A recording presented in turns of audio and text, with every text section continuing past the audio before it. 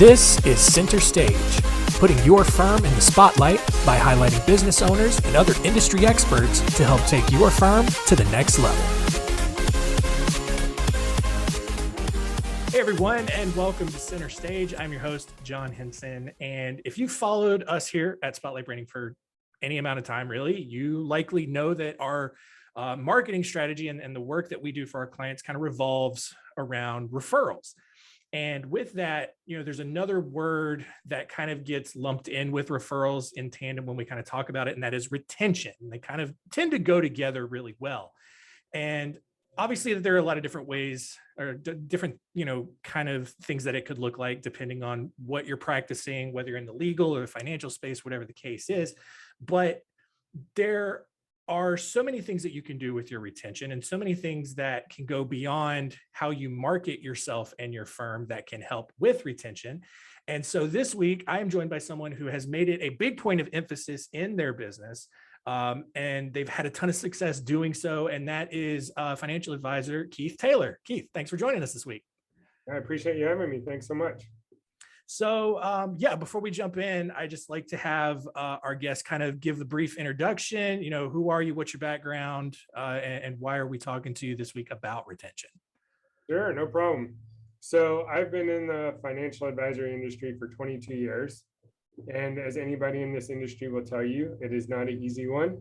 And I've learned from the beginning that it has to be more about the education and the relationships than just trying to make a sale. And so when you brought up the topic to me about retention, we all have our own philosophy, whether it's right or wrong. But it's something that hits to the heart, the way I run my practice. Awesome.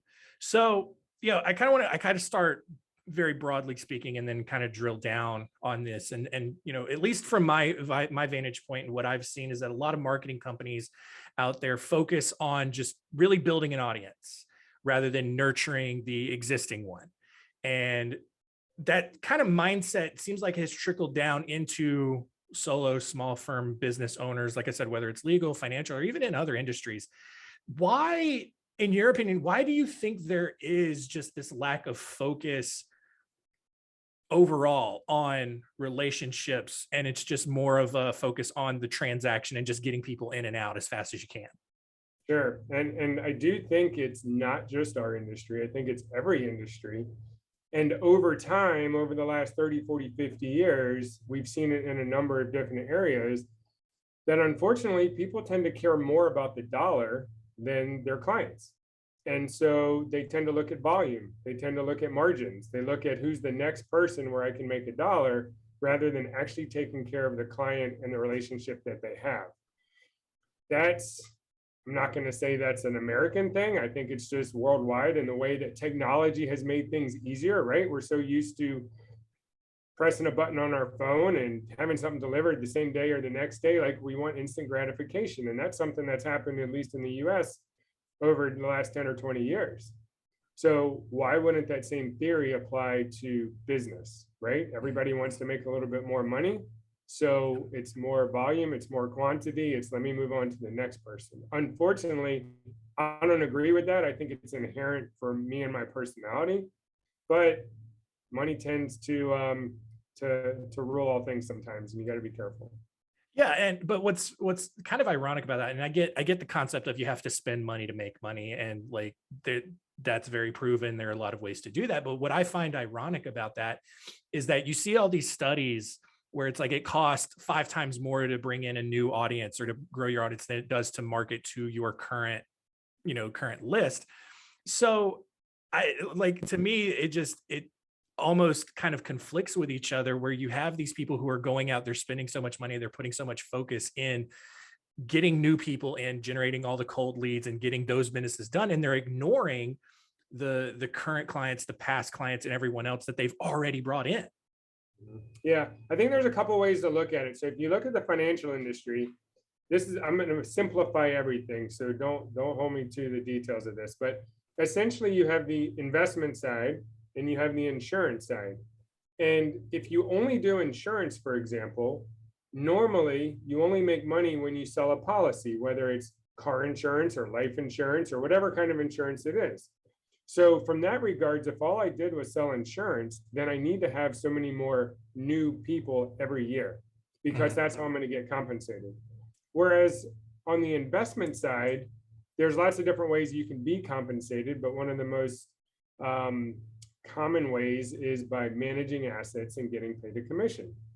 Yeah. So from the investment side, you can build up a book of business over 10, 15 years and have a good book and then just manage your clients and relationships. Whereas on the insurance side, that's not always the case. You always need somebody new. It's the same if you look at annuities. You can get paid on an annuity up front, which is normally how most people take it, or you can build some trails along the way, but ultimately you need more clients to get compensated. So I think it depends from the financial advisory side what your core expertise is and what products you're actually selling. And if you're limited on your products, you might have to go after new clients all the time versus taking care of the clients that you have. Yeah. And I agree with that. And even on the legal side of things, maybe depending on your practice area, maybe a criminal lawyer doesn't necessarily expect to keep repeatingly represent the same person, or maybe a divorce lawyer doesn't necessarily expect to keep handling divorces for the same person. Maybe they do, I don't know. But, there's still a lot of ways where you can get that repeat business. I mean, and even your insurance example, at least how I understand it, and if it works differently, please let me know. But you sign up someone for maybe an auto policy, but then there's still an opportunity. Maybe you can get them on a home policy. And, maybe if they have, other vehicles, boats, ATVs, all that kind of stuff, and you can get them on that. So there's still opportunities there though, right? Totally. And, you mentioned the attorney. So if you're an estate planning attorney and that's mostly what you focus on, then you create a will, estate plan. For a lot of people, that won't be updated, but every 5 or 10 years, just like a realtor. A realtor, most people sell a house every 7 years. And so you're not going to have the same clients normally until that market cycle comes back. Ultimately, though, the way I've decided to run my practice is focus on each individual client and family and take care of them and build a relationship. Instead of having just a business relationship, I try to focus on a more personal relationship, right? Like getting to know my clients' families, understanding where their kids are in school or getting married or things like that. Because this is going to sound corny, but ultimately we all want connection. We all want people to care about us. And if you only call me once a year to see how my rates are on my auto and home, which I don't sell, by the way, but if that's all you're looking for, then you have a very loose relationship and it's based on price. And so if I find somebody else that has a cheaper price, me not knowing any different, well, then I'm just going to go get a cheaper price. There's not as much connection. Yeah. However, there's an old quote, I forget who said it, but it's essentially when all else is said and done, you want to do business with your friends. Mm-hmm. So in order to have more business, have more friends. Yeah. And so friends to me can also be related to how strong is the connection? How strong is the relationship? And if it's very loose, you're not going to be able to get not only repeat business, however, you're also not going to get introductions. And introductions to me is sort of the lifeline of our business. Yeah, absolutely. Yeah. And so, what bigger benefits, you kind of talk about, the closer connections. I mean, what other benefits have you seen by taking this approach and focusing on the relationship rather than just shuffling people in and out? And like you may have seen other people in your industry do. Yeah, I was just talking to some advisors this morning in the office, and they were talking about how this particular advisor is not getting enough introductions, and they're not happening where you come in every week and you get a call, and all of a sudden somebody's like, "Hey, I got your name from Matt, and I want to go ahead and find out more about what you do." To me, I find that the part that I can control is the communication with the client, is the relationship with the client, like I talked about. What I can't control, and I know a lot of people try to do, is I call one of my best clients and say, "Hey, I appreciate all the hard work. Hopefully you've seen value. Give me 10 people I can call." Personally, I know that's rampant in our industry and I don't disagree with it, but for my mindset, that doesn't work for me because I don't know these people. I don't know if they have a need for what I do. I don't know if they're a right fit for my practice, or quite honestly, if it's the right time in their lives to start this process.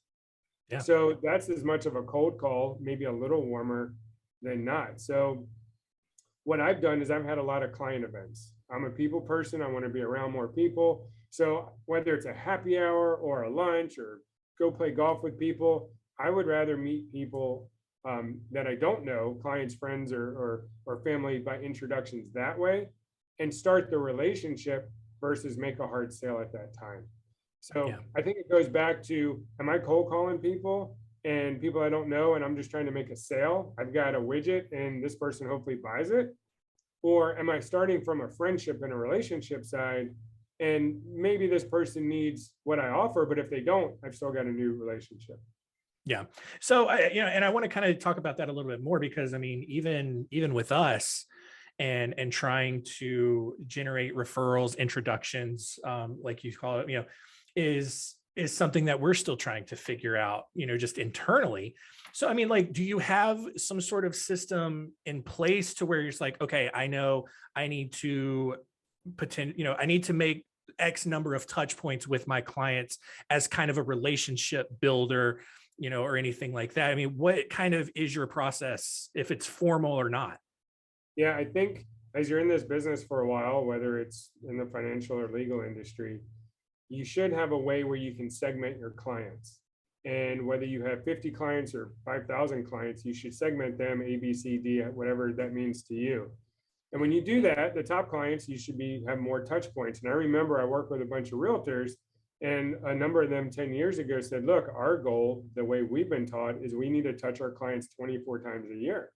And that could be a weekly or monthly newsletter. That could be a birthday greeting. That could be a client event. I mean, there's lots of different ways you can touch clients. It could be just a phone call checking in. Yeah. And so for me, I try to keep that 2024 for the top for my A clients. And some other clients may not be as many. And so it's just a matter of your practice and the way that you want to run it. But that could be as simple as, you can do a monthly newsletter. Well, that's 12 touches right there. You can do so many client events. Even if the client doesn't go to the event, they still get the email. It's a touch point. And so the more that you hear from them, the more likely that you're going to go ahead and get on the phone and say, oh, I was just talking to my advisor last week, or I saw a newsletter. And that's funny because I'm looking for this service also. Can you make an introduction? You just never know where it's going to come from. So you have to be top of mind as often as possible. Yeah, I mean, that's literally what we tell our clients. So that's great that, that it's coming from you as well. How do you, one last point on this, and then we'll keep moving on. But how do you gauge whether someone is that A-level client versus someone who's maybe a C or a D? Sure. So this is going to be different for everybody. It depends on what stage of your practice you're in, financial, legal, etc. For me, I actually differentiate between clients and customers, because many times there's people just need, hey, I left a job, I've got an old 401k, I just need to roll it over, or they just need, like we said, insurance. They just need, let's say, a term policy. Well, that person to me is just going to be a customer. And for somebody that goes through the full process of what I do, which has to do with anything related to a dollar, yes, the investments and insurance, but it could also be looking at their debt, their cash flow, their group benefits, their P&C, their wills, everything, then that's going to be more of a client. And so underneath the client and customer, I'm going to have different levels of each, and that will determine how often I touch them. Again, it goes back to that segmentation. Yeah.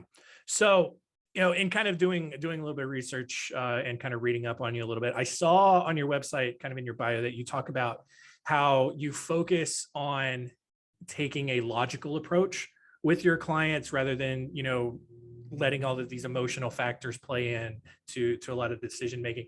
Is that kind of how you approach everything in your practice? Just very logical, in terms of how you approach your retention and anything else like that? I think it's a little of the reverse, actually. So one area that I focus on is called behavioral finance.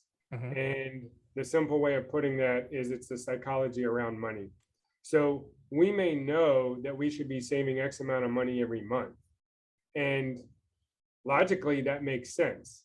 but the follow through and the action may not always happen, right? The example I use is somebody trying to get in shape and they're trying to lose weight. So they know they need to eat healthier and less, and they know they need to be active and move more to burn calories. And that may happen Monday through Friday. But by the time Friday night comes, man, they just want a beer and a pizza and they just let it go, right? So Yeah. even though they know logically what they should do, emotionally, that behavioral idea takes over. It is the same thing with money. So I've really tried to study and be a student of that area of behavioral finance, because even though a client, I'll give you an example. So I remember 12, 15 years ago, a client said they were trying to do a refi of their house and they had a 15-year mortgage. And I showed them at the time how, logically, perhaps a 30-year mortgage might be better at that time versus paying off the house. And I proved it to them mathematically. And they said, wow, Keith, this is great. Nobody's ever shown it to me this way. Thank you. However, I just feel better at night knowing that my mortgage is paid off. And that stuck with me, because even though they get it logically, behaviorally, they want to feel a certain way. And we all do this in different phases of our life. But when it comes to money, money is very emotional. And so I started focusing it back then.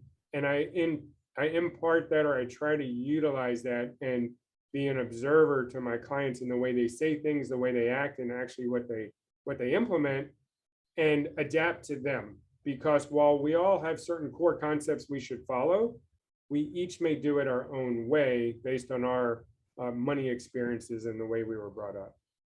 Got it. So, so kind of, it's not necessarily, systematized or anything like that. You're just kind of in the moment, kind of gauging that the way that you're interacting with people, and just, if it really seems like they're on board, they're super connected, they're really getting a lot out of it, you kind of recognize, okay, they're more likely going to, provide more referrals, more introductions than maybe someone who maybe isn't as excitable. Maybe they're just kind of like, okay, yes, I'm walking through this. Okay, yes, got it.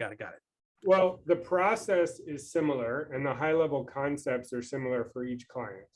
The customization of the plan and the action steps they take might be adapted for them. What I tell clients up front is, hey, look, here's the way I run my practice. I don't hold anything back. I'm going to tell you what I see. And I'm going to be like that coach you had in high school that made you do wind sprints. And you didn't really like doing wind sprints. But by the time game time came, you were really happy you did them because you were able to outlast the other team. So it's sort of the tough love approach. And most people, because they're not taught how money works, need that accountability. Whether they make $100,000 or $1 million a year is irrelevant. It's just they need the education around what they should do, and then they need somebody that holds their feet to the fire. And I think that's what clients appreciate about me. And by having that type of relationship where they don't have to think and worry about money often, they just, because part of the process and the plan is to automate the strategy that we implement. Yeah. They appreciate that. They like that. There's a connection there. They know when I talk to them, I'm looking out for their best interest. That in itself, over time, helps create the ability to make introductions, because there is a level of trust there that they may not have with other advisors. Yeah, I mean, and it really sounds like, just kind of how you have built your practice and how you just inherently work with people. It's not necessarily a templated thing where they go through steps and and everything's like super automated, but the way you have it essentially requires you to be connected for most, if not the entire way. So you're constantly creating those touch points and you're having that personal connection. Yeah, it has to be. Before I work with a client, I tell them that in an ideal world, I'm working with them for 10 to 20 years or longer. It's not worth it for their time and for my time to only work for 2 or 3 months. Yeah. Because you're just sort of scratching the surface. And as our life changes, whether it's our families, our work, the economy, then we have to adapt to it. So you can't just, do steps A, B, and C, and then you're good forever. We have to continue to adapt and change, just like we see in today's economy. Yeah. They need somebody, most people need somebody that they can call or contact to ask questions when things happen. Hey, I'm getting married, I'm buying a house, I'm switching jobs, a parent died, or my kid's going to college. There's so many questions that come up that people can be intelligent and they can use the internet to find some answers. They just, number one, don't know if it's the right answer because they don't know what all the info out there. And number two, is it really the best for them? And so again, it goes back to knowing that you have that person that you can trust to ask those questions that applies to them, that's not going to try to sell them something, but look out for their best interest. And as you go through those steps and you build that trust over months and years, clients have much more, they just feel so much easier to make that introduction, that when I do get an introduction, I normally don't have to push really hard to get that person to work with me, because it's already sort of, that client has already sort of sold it to them based on their experience. Yeah, exactly. So, we've talked about touch points. You've mentioned a couple of things early on, but what are some of the things that you've implemented, that have worked well when it comes to retention and creating those touch points? I think automation is important. I think there's different parts of an advisor's practice that they have to think about, right? There's the marketing part, which you help with, which is, how do I market what I do and how do I get new clients? How do I explain what I do, the website, social media, things like that. I think there is the knowledge you need to have in the client meetings, and the product knowledge and the investment knowledge and everything that comes with it. But then you have the management side. This is when you already have all these clients. And how do you manage them? How do you know how often you talk to them during the year? How often do you send a newsletter, right? Like, there's a whole practice management. So having a CRM, a client relationship management tool, whatever technology you use, there's tons of them out there, will help to automate the practice for the advisor or the attorney, whatever it is. Not only does it keep all the clients' information in contact, but making sure I never drop the ball in communicating with clients. So if I talk to a client this morning at 8 o'clock, as soon as I'm done, I write in the notes, and then I already put the next time I'm touching them, whether it's in a week, a month, a year, whatever it may be. So when I come into work every day, I know exactly what I need to do. And I may have forgotten about these people because it's been 3 or 6 months, but it pops up and I know exactly who I need to contact. Yeah. And doing that is what frees up the time for you to give that personalized attention, because it's not sucking up, because we talk about that so much. I mean, so many business owners spend so many extra hours a week doing things that could otherwise be automated. That's taking them away from either giving more personalized attention to their clients or doing the work that they are actually getting paid to do, or even just as a quality of life sort of thing. Like, you're not spending extra nights or weekends kind of doing a bunch of administrative tasks that could otherwise be automated. Right. And so I think you'll find that with different personalities, that is very easy to do, or people want to stay as far away from that as possible. Right. So depending on if you're a solo practice or you have a team, you've got to have, the counterbalances of strengths and weaknesses that you're able to balance out of who does what and when. But a lot of times when you're starting out as an attorney or advisor, you got to do it all yourself. And there's no way around it. You just got to make it work, unless you're in a business where they have help, people that can help you out, and the legality of who you can hire and things like that. Right.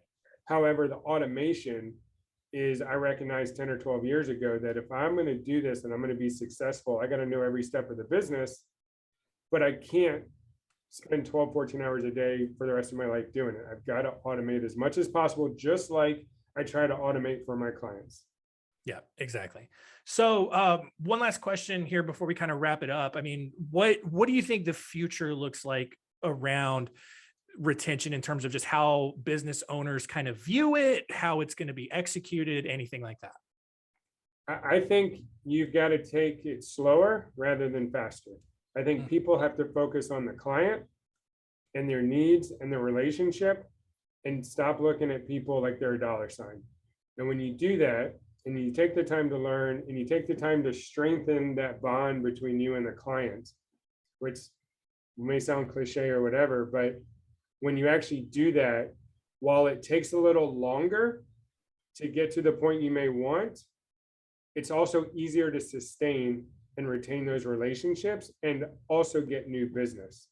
I think the problem is people want, like we talked about in the beginning, people want things now. They want either a higher income or they want more clients or whatever it is, and that's great. But if you don't take the time with those clients, if you don't have the touch points, then it may not be sustainable, or you're going to have to keep repeating that volume over and over and over rather than creating those long-term relationships. Yeah, and I think the question that I think a lot of people really should ask themselves, that I don't think they're consciously thinking about enough, is do you want more clients or do you want better clients? Because I think when you focus on those introductions, referrals, and stuff like that, like you said earlier, you're not selling as much, and there's people, they're bought in because someone's already vouched for them, and they're a lot easier to work with. Yeah, you bring up a good point, which seems like it should be simple. However, talking to the advisor or attorney, asking them to figure out what they want from their practice, right? 5 or 10 years from now, what do you want your practice to look like? Do you want to be number one in your office, in the city, in the region, in the state? And if you do, is that measured by volume or clients or assets? And how many people do you need on your team to do that? Or you might be on the other side, like myself, where I want more of a lifestyle practice. I want to make sure I enjoy life. I want to make sure I'm there for my kids and family. I want to make sure I'm enjoying hobbies and everything else that comes with what life has to offer. I think in either industry, you can make X amount of money, but what is really important to you at the end of the day, and what do you want your normal week to look like? And I think it sounds simple, but when people really look internally and can figure out what's important to them and what they want, then you adapt your practice to that objective, just like we try to do for our clients. Yeah, and that's great. And I think that is a good place to kind of wrap up here. How can people get in touch with you if they have any questions about retention or even your practice, potentially working with you, anything like that? Totally. Yeah. Just go to my website. My website has all the contact info. It's Centerpoint Wealth Strategies is the company. You can either put that in the URL or CP Wealth Strategies. You can schedule a time to talk or meet. The website has all the information on there. And in regards to that, the transparency on the website, I think, is crucial rather than making it hidden, sort of keeping that transparency of what you do, how you do it, what kind of clients you're looking for, in the price. So Centerpoint Wealth Strategies is the place to go. Awesome. And I've got that URL in the show notes. I have one final question for you. It's the one that we ask all of our guests here. And that is, if you had one final piece of advice for our listeners, what would it be? In regards to marketing or retention, or what's the could be anything you want? I think there's a couple of things, but I think it needs to be, find out what's important to you and revolve your life around that.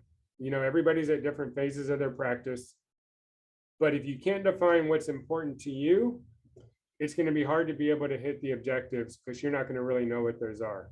And it's not easy to determine what you want, and those objectives may continue to change.